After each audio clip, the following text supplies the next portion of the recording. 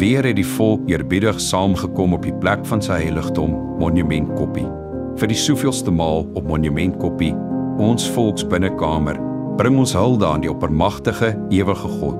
Hier onder die dak van sy hemel, onder die glans van sy eie son, op die vloer van sy eie skepping, dank 'n eie volk, sy eie God, in ons eie taal, vir ons eie droom.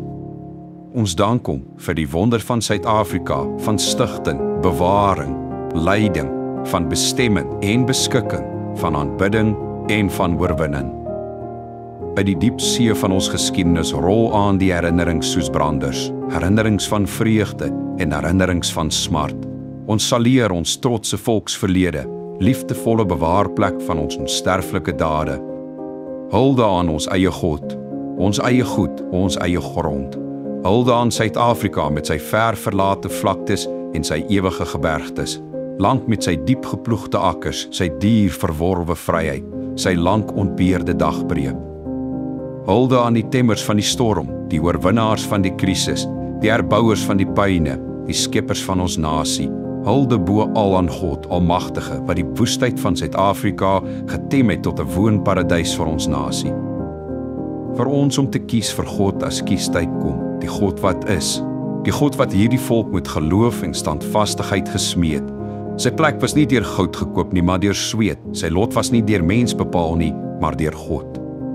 So het ons republiek gekom, van ons God gekom. Ons altaar was ons skans, ons geloof ons skulp, ons geskiedenis ons gewete. As dit net van die vernuf van mense afgehang het, dan het ons volksskip op Woensdag 5 Oktober 1960 ondergegaan in die stormwaters van die referendum. Maar die boot het veilig geland, met sy bemanning geland, soos die ark van Noag op die bergtop geland, die songetinte bergtop van ons volk se vryheidsdroom. Oor hierdie heuglike gebeurtenis van 'n republiekwording skryf ons vanmiddag eerbiediglik die woorde van Dawid. Die vangnet is gebreek en ons het vry geraak.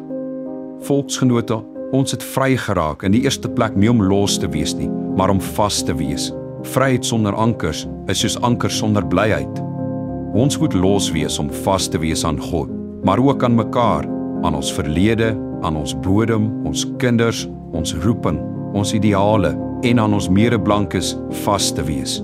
Blankes wat saam met ons los wil wees om sodoende vas te wees aan elke ander blanke wat Suid-Afrika met dieselfde liefde bemin. In die tweede plek moet ons vry wees, nie om te breek nie, maar om te bou. Daar is baie dinge wat ons kan breek, selfs die reg het om te breek, maar daar is meer dinge om te bou, saam te bou. Ons moet bou aan die blankheid van die blankes, en ook aan die veelheid van ons pligte, aan die eenheid van ons liefde, aan die eise van ons sege, aan die beskerming van ons mense, aan die toekoms van ons kinders, aan die voorspoed van ons woonerf. Ons moet bou met die stene op die altaar, met die sonskyn op ons berge, met die sterlig in ons nagte. Ons vryheid mag nie 'n byl word om mee stikkend te kap nie, maar moet vir ons bly sement om mee te bou, aan te bou, op te bou en hoog te bou. In die derde plek, ons het vry geraak nie om te beskuldig nie, maar om te huldig. Daar is baie wat ons kan beskuldig, selfs reg het om te beskuldig, maar in die feesuur van oorwinning wil ons huldig waar ander sou beskuldig. Ons beginsels, ons godsdiens, ons land, ons volk, ons helde, ons verlede, ons hede, ons toekoms en ook die goeie gewer huldig. Ons wil blomme strooi en nie dorings sluit nie. Ons het vry geraak nie net om te neem nie, maar om te gee. Ons sal getoets word nie net in wat ons neem nie, maar in wat ons gee. Gee in terme van ons liefde, gee in terme van ons sweet, gee in terme van ons gees en gee in terme van ons bloed. Ons sal getoets word, nie in ons ekspansie nie, maar in ons slytasie in diens van die Republiek van Suid-Afrika. Ons het vry geraak, nie om die vangnet te verloor nie, maar om die toekoms te wen. Dis die verre horisonne waarvan ons eerste minister gepraat het. Die verlede besit ons, die hede is by ons, maar die toekoms wag op ons. Ons sal die toekoms wen, as ons hande vol is, as ons oë oop is, as ons voete vas is, as ons harte reg is, as ons mikpunt God is. Die vangnet is gebreek en ons het vry geraak. Daarom rig ons onvoorwaardelik ons kinderlike, nederige, eerbiedige, smekende en jubelende aanbidding vir oorwinning aan God, die grenslose oppermagtige, beskikker van ons lewenslot.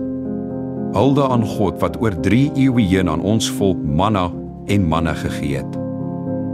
Hulde aan die groot held van ons voorpos, generaal James Barry Hertzog, wat in 1912 soos 'n Moses na Egipte verlaat het, sonder om die koning te vrees.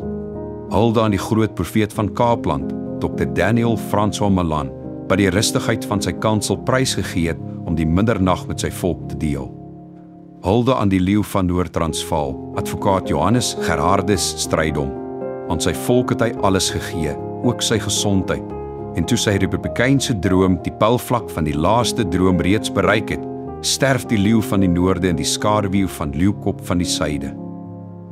Hulde aan Dr. Hendrik Verwoerd, die man van Suid-Afrika, die Joshua van die intog, die man wat in die kuil van die dood ingedaal het om die grondbrief van ons republiek met sy bloed te laat teken.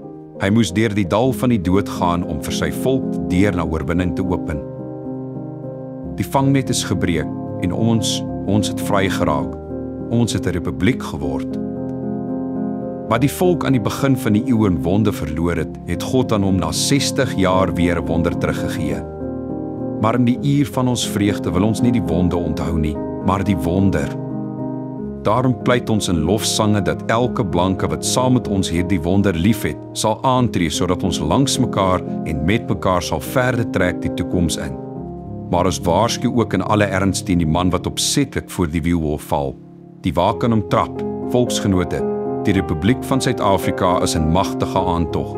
Die dae van Egiptiese verknegting en woestynbelemminge is vergoed verby. Vertraagde elemente is soos grafdoeke opgerol en is op sy gegooi. Gister en eergister was dit ploegtyd en saaityd. Maar die koringkorrel wat in die aarde geval en gesterf het vandag ons skure met brode gevul en ons honger gestil. God seën die Republiek van Suid-Afrika. God seën die volk van Suid-Afrika. God seën die leiers van Suid-Afrika. Die vangnet is gebreek en ons het vry geraak.